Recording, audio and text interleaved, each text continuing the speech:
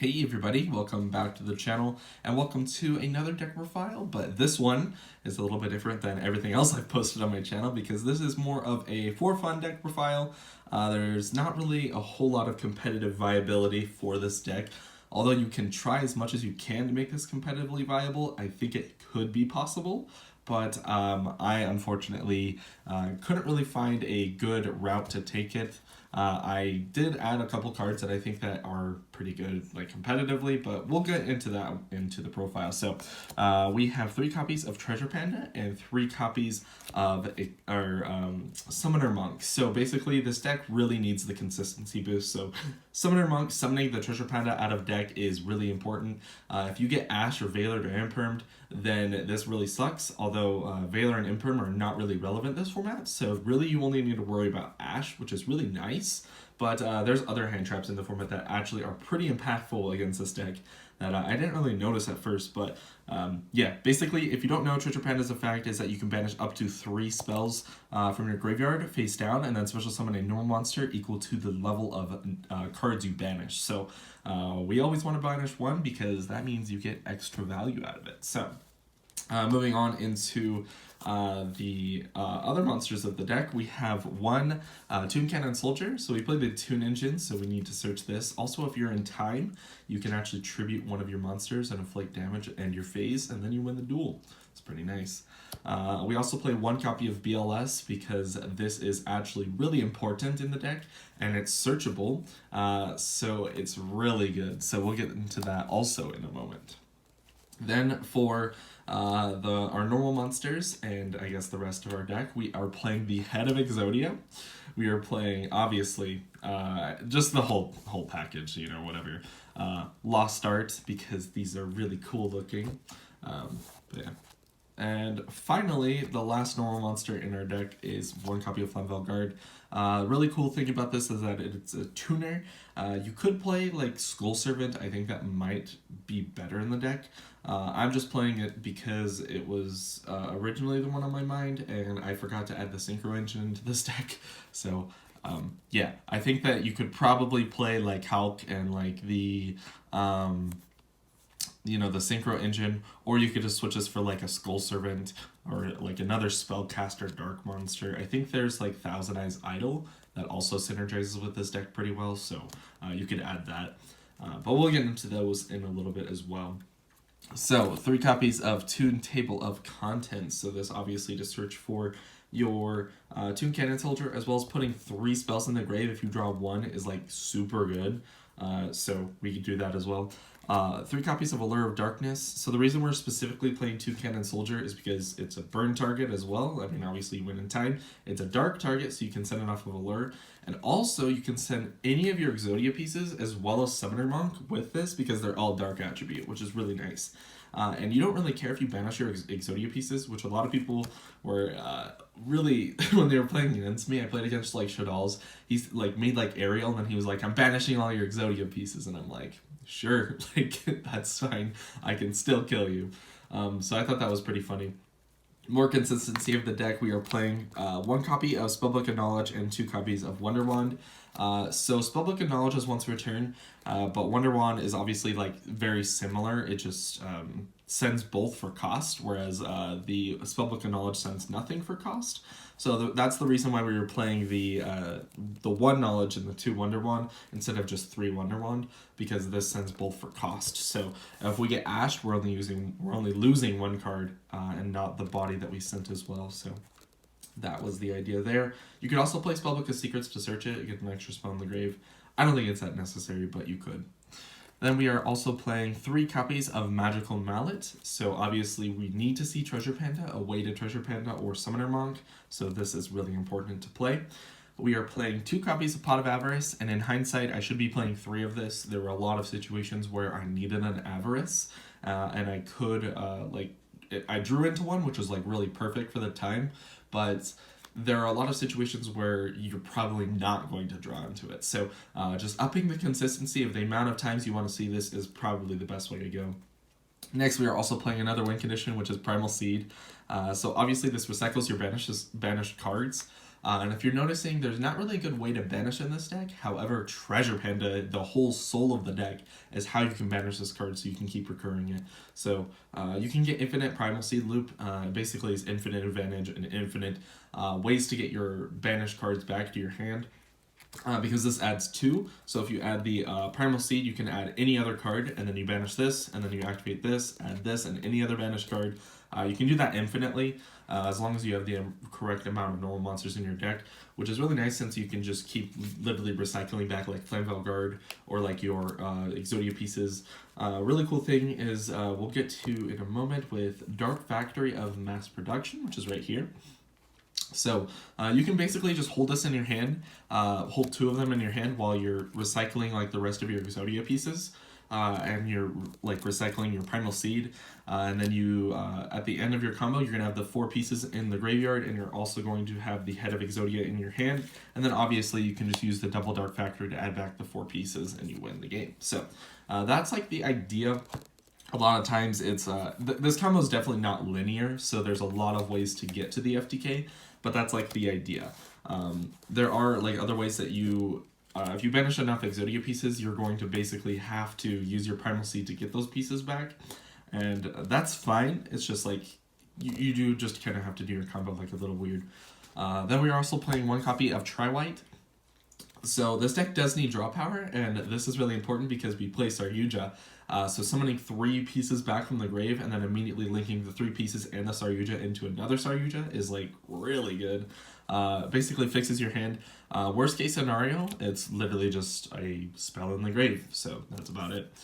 And it gets, another Saryuja in the grave. So I guess it burns a Saryuja and fixes your hand a little bit, which is really good. But yeah.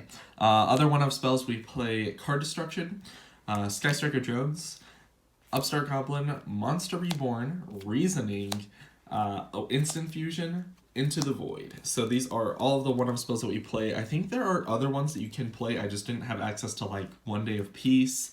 I think there's another one. I just can't remember it off the top of my head, but these are like 1-of spells that I think they're like really good. The really cool thing about this, I believe that the okay, yeah, so Treasure Panda doesn't care if it's a quick play spell or if it's a normal spell, so you can obviously manage the drones, which is fine. The really cool thing about this is that it's a 1 card, 2 bodies. Since you summon the token, link off into Kagari, add this back to your hand and summon the token, and then this is in your grave for the banish of the Treasure Panda. Same thing with the Instant Fusion. It's a 1 card, 2 bodies because you get well, actually, this is like 3 bodies, but this one you get into the Millennium Eyes or the 1,000 Eyes, and then you banish this, and you get a monster from the deck. So that's a 2 bodies. I think the drones is a little bit better, but it is a little more situational since if you're mid combo, you can't really get the second body. You can go into Kagari and add back like the drones, but then it's like stuck in your hand until you link off everything into another Saryuja. And it doesn't really work mid combo if you have the Treasure Panda, but it is pretty useful. So if you draw in like your opening hand, it's pretty good. Otherwise, it's like really good like discard fodder for like Summoner Monk, which is pretty cool. And yeah, I think everything else is pretty self-explanatory. It's just spell in the grave that's like insane.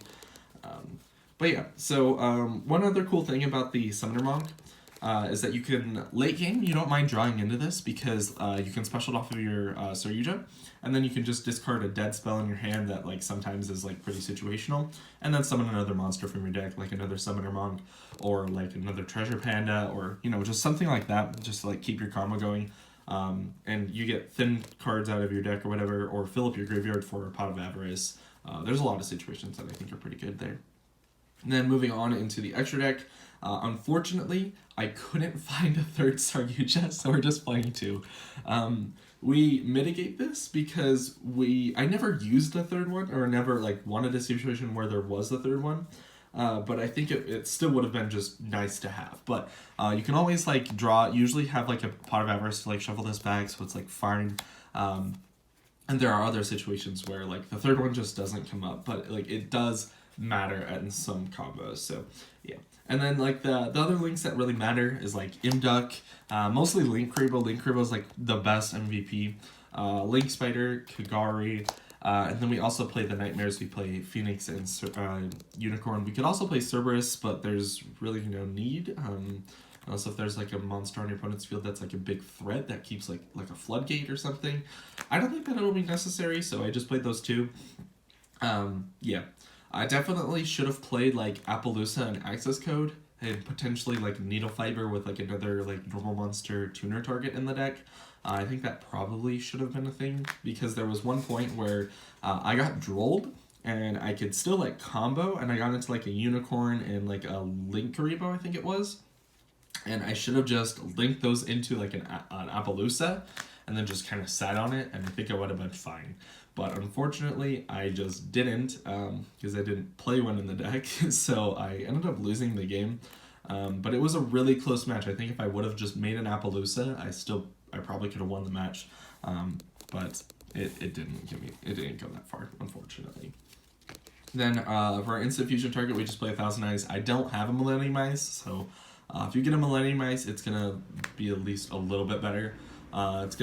If you draw the instant fusion, you're basically guaranteed combo, which is really nice. But yeah, and then for other links that are really important, there's like 3 more. The Akashic, Union Carrier, and Land for Linkus. This can also be Proxy Dragon. It doesn't matter. But I do like the downward pointing arrows. But it might matter if it's an effect monster. I don't think any other links in this deck care if it's an effect monster, so I think that it's fine there. But it's also like a light, so if like you really need to, you could hard summon BLS. But I think you could just play them in just this link for that if you really are worried about that. And then the Akashic Magician. So sometimes you can summon this under your Saryuja, bounce it back to the Escher deck, and you mitigate it that way. You're losing a lot of advantage there, but it could be another way to get the Saryuja back into your Escher deck. Hasn't come up yet. Also, it's like link effect is like kind of relevant as well. So it could be possible that that will come up, but I don't know. And then we play 1 copy of Union Carrier. This is something that you make with your Saryuja, or you can make it with your Exodia parts. So with Saryuja, you have 2 ways to make this, because you can make it with either the Imduck, because that's a dragon type, they're both dragon, or you can make this with Link Spider, because they're both earth. So that's pretty cool. There's a few ways to get to that. And the reason with the Unique Carrier is that late into your combo, you can go ahead and just use your Union Carrier to equip the BLS from deck to it. And then you can activate your Primal Seeds, because the Primal Seed doesn't care where the BLS is. It just cares that it's on the field. So that was the whole idea with it, which is pretty cool. The last 3 cards in the extra deck are just kind of filler at this point. I had 14 cards. Well, I first had Sylvan Princess Sprite just because, like, if I needed spells, I guess I could make this and then, like, potentially get a spell. I don't know. We also played a copy of Salmon Great Almirage. I don't think that that'll ever come up. I haven't thought of a situation where it would come up, but it is there. Maybe if you need to like put another monster in the graveyard for like Pot of Avarice, I don't know.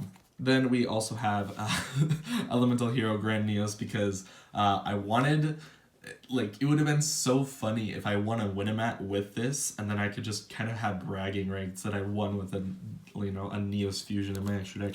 So obviously these are just like 3 replacements that you can do whatever.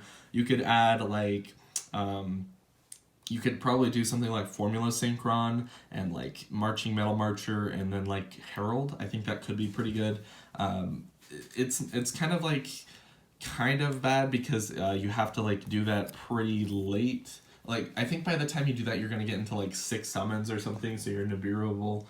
So it really sucks, but you do get an extra draw with the formula, so it's not really that bad. I don't know. It's definitely kind of weird. But yeah, that does it for the extra deck. You could also play, obviously, like I said, Access Code, Appaloosa, Needle Fiber, something like that. Those could be just as good as well.